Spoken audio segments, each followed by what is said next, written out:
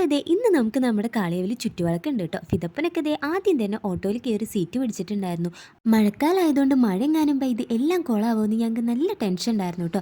കാരണം മഴ പെയ്താൽ നമുക്ക് ഒരു ദീപം പോലും കത്തിക്കാൻ പറ്റില്ല. പക്ഷെ അന്ന് ഞങ്ങളുടെ ഭാഗ്യം എന്ന് പറയട്ടെ, നല്ല ക്ലൈമറ്റ് ആയിരുന്നു. ചിലപ്പോൾ നമ്മുടെ കാളിയാവിലമ്മ നമ്മൾ അനുഗ്രഹിച്ചതായിരിക്കാം അല്ലേ.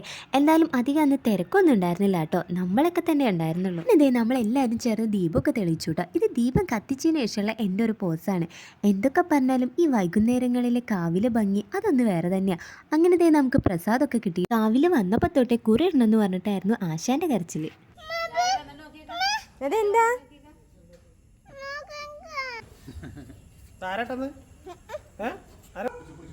പിതപ്പൻ്റെ പാപ്പൻ ഇതേ എത്ര കത്തിച്ചിട്ടും അങ്ങോട്ട് മതിയാവണുണ്ടായിരുന്നില്ല കേട്ടോ. അങ്ങനത്തെ നമ്മുടെ തൊഴുകലൊക്കെ കഴിഞ്ഞ് ഇനി നമ്മൾ പായസത്തിന് വേണ്ടി വെയിറ്റ് ചെയ്യാണ് കേട്ടോ.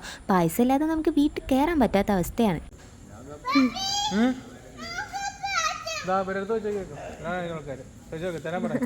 പൂജയൊക്കെ കഴിഞ്ഞ് 7 മണിയാവും പായസം കിട്ടാന്ന് പറഞ്ഞിട്ടുണ്ടായിരുന്നു. അത്യാവശ്യം സമയമുള്ളതുകൊണ്ട് എല്ലാവരും അവരവരുടെ കൊച്ചു വർത്താനങ്ങളിലായിരുന്നു. ഇപ്പോഴെന്തേ ഒരാൾക്ക് ഇവിടെ പായസം കിട്ടിയില്ലേ എന്നുള്ള പേടിയായിരുന്നു.